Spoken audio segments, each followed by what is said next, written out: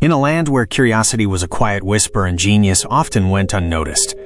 One boy asked why the sky was blue, then rewrote the way the world sees light. From a dimly lit lab in colonial India to the grand stage of the Nobel Prize, this is the story of a mind that dared to illuminate the unknown. The spark, humble beginnings. Born on November 7, 1888, in Tiruchirappalli, Tamil Nadu, C.V. Raman came from modest roots in British-ruled India. His father was a lecturer in mathematics and physics, which gave young Raman rare early exposure to scientific thought and inquiry in a time when such opportunities were scarce for Indian families.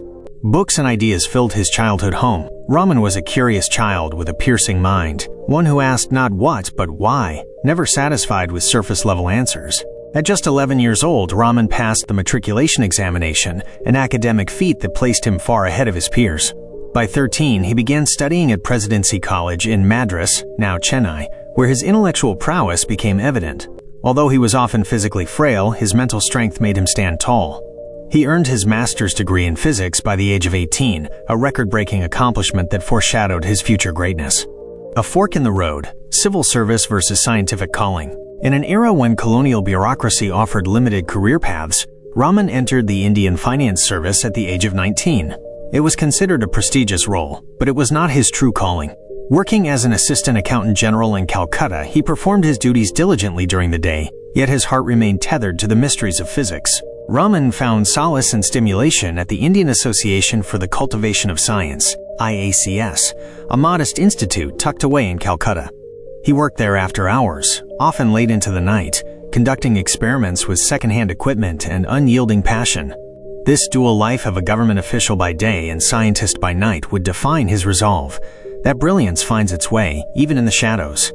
Discovery that changed the world, the Raman Effect. In 1928, during a voyage across the Mediterranean Sea, Raman pondered a simple yet profound question: why does the sea appear blue? It led him to a groundbreaking discovery about how light interacts with molecules. He showed that when light traverses a transparent material, a small fraction of the light is scattered and changes wavelength. This phenomenon, now called the Raman Effect, proved the quantum nature of light-matter interaction and opened a new frontier in spectroscopy. His experiments, conducted with primitive apparatus, were rigorous and masterful. In 1930, C.V. Raman became the first Asian and first non-white person to win the Nobel Prize in Physics, a moment that resonated far beyond the walls of academia. He had shattered colonial stereotypes and shown the world that Indian intellect was second to none. Beyond equations, the man behind the genius, Raman was more than a physicist. He was a Renaissance thinker, deeply moved by music, nature, and philosophy. He explored the science of musical instruments like the veena and violin, trying to understand the acoustics behind their soul-stirring sounds. This fusion of art and science reflected his belief that science wasn't limited to laboratories.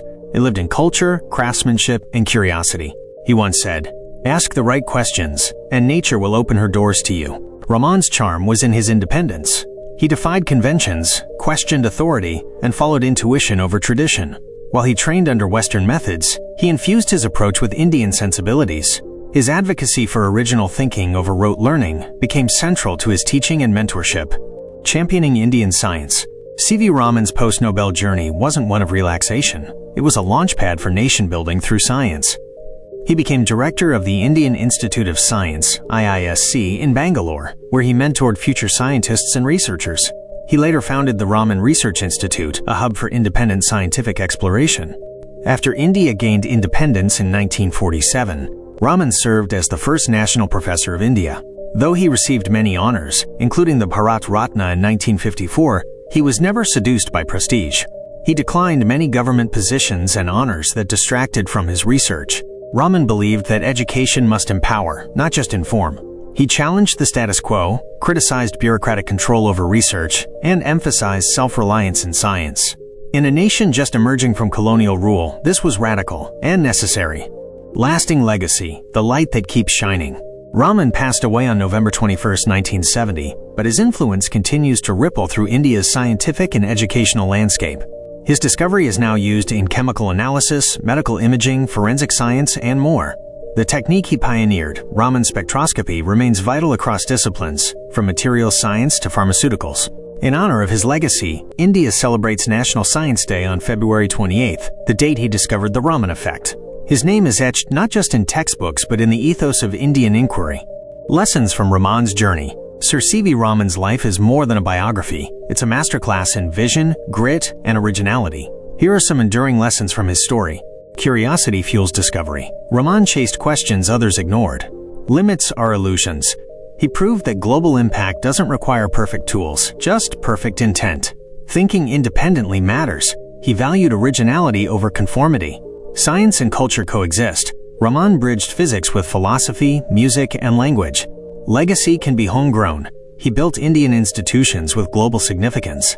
And so, from the curious child who questioned the color of the sky to the Nobel laureate who redefined the science of light, Sir C.V. Raman proved that a single thought, pursued with relentless passion, can illuminate the world forever.